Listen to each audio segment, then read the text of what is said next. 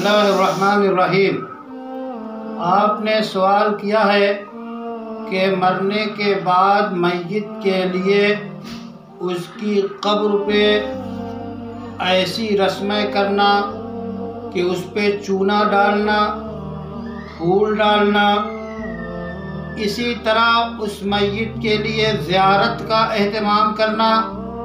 زیارت کا مطلب یہ ہے کہ تیسرے دن کھانا کھلانا لوگوں کو، یا 10ویں دن یا 7ویں دن یا 40ویں دن، یا پھر ششماہی اور سہماہی اور برسی منانا۔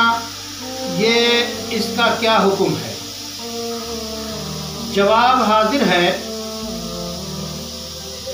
احادیث پر نگاہ ڈالنے سے پتہ چلتا ہے، جس کی تشریح مولانا منظور نعمانی صاحب نے اپنی کتاب معارف الحدیث میں کی ہے، کہ مرنے والے کے کام جو چیزیں آتی ہیں اس میں 2 بنیادی اہم ترین چیزیں باتفاق علماء ہیں۔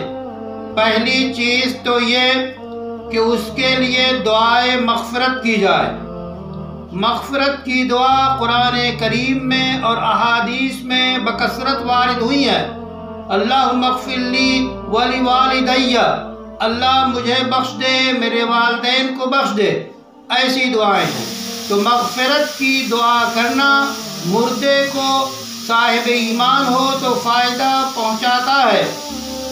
اسی طرح مالی صدقہ دینا، مالی صدقے میں وہ ساری چیزیں آ جاتی ہیں، غریبوں، محتاجوں، فقیروں، مسکینوں، بیواؤں، ضرورت مند طالب علموں اور کو کھلانا پلانا، ان کی ضروریات کی تکمیل کرنا، مسجد بنوانا، کنویں کھدوانا، مسافر خانے بنانا، رفاہ عام کے کام کرنا، جتنے مالی صدقے ہیں سب اس میں آ جاتے ہیں۔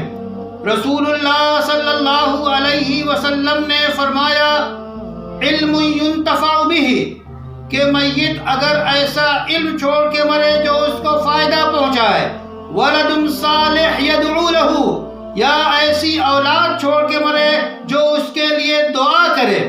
تو اولاد کا دعا کرنا یا مال اور علم کا ہونا جو اس کے لیے نافع ہو، یہ صدقہ ہے۔ تو یہ 2 چیزیں، دعا کرنا اور صدقہ کرنا، میت کے کام آتے ہیں۔ اسی طرح ایصال ثواب کا پہنچانا، ہر وہ چیز جو عمل صالح ہو، نیک عمل ہو، اس کے ذریعہ میت کو ثواب پہنچایا جا سکتا ہے۔ جیسے کہ حدیث میں آتا ہے، ایک صحابیہ نے سوال کیا کہ میں اگر اپنی میت کی طرف سے حج کروں تو کیا قبول ہوگا؟ آپ نے فرمایا یقیناً قبول ہوگا۔ تو میت کی طرف سے حج کرنا بھی اس کے لیے نافع ہے۔ اسی طرح اور دعائیں اور عبادات جو عمل صالح ہوں وہ میت کے حق میں قبول ہوتی ہیں اور اس کو فائدہ پہنچاتی ہیں۔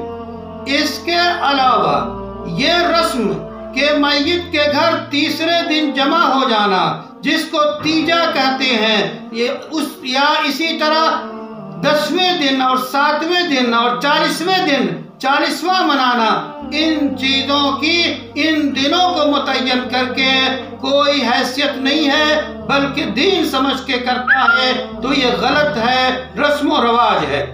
ان چیزوں کو رسم و رواج دارالعلوم دیوبند کے فتوے نے جہاں قرار دیا ہے، وہیں امام اہل سنت مولانا احمد رضا خان بریلوی نے بھی ان کو رسم اور بدعت اور ممنوع قرار دیا ہے، کہ مرنے والے کے گھر ضیافت کا کھانا کھانا، زیارت کا کھانا کھانا، اس طرح کی تیسرے اور 40ویں اور 10ویں منانا، ان تمام چیزوں کو مولانا احمد رضا خان صاحب ممنوع اور ناجائز لکھتے ہیں۔ اس لیے مسلمانوں کو چاہیے کہ ایسی رسم و رواج سے پرہیز کریں۔ جہاں تک بات ہے قبر پہ چونا ڈالنے کی، قبر پہ پھول ڈالنے کی، تو ظاہر ہے کہ قبر جو ہے یہ جنت کی کیاریوں میں سے ایک کیاری ہے۔ جنت کے جو ہے وہ باغوں میں ہے، جیسا کہ حدیث میں کہا گیا ہے، اس لیے دنیا میں اس پہ پھول ڈالنے کا کوئی مطلب نہیں ہوتا ہے۔ اسی طرح چونا ڈالنا، ضائع کرنا ہے چونے کو، کچی قبر تیار کر دینا، یہی سنت ہے۔ اور رسم و رواج، چاہے وہ تیسری منانا، چاہے 7ویں منانا، 40واں منانا، برسی منانا، یہ نہ رسول اللہ صلی اللہ علیہ وسلم سے ثابت ہے، نہ صحابہ سے ثابت ہے، نہ تابعین سے ثابت ہے، نہ تبع تابعین سے ثابت ہے، نہ ائمہ مجتہدین سے ثابت ہے، نہ اولیاء اور اسلاف سے ثابت ہے۔ اس واسطے ان چیزوں سے گریز کرنا ضروری ہے۔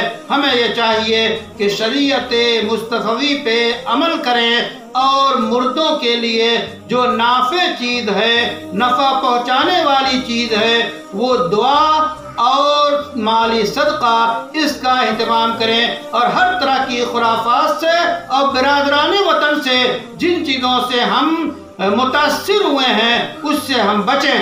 ہمارا کام یہ ہے کہ برادران وطن کو ہم دینے والے بنیں، اسلام کی تعلیمات انہیں دیں، ان کی جو ہے رسم و رواج کو ہم لینے والے نہ بنیں۔ ہمارا یہ منصبی وظیفے کے خلاف یہ بات ہے، اس لیے ہم ان کو دینے والے بنیں، شریعت کے پابند بنیں، شریعت کے پیغام کو پہنچائیں۔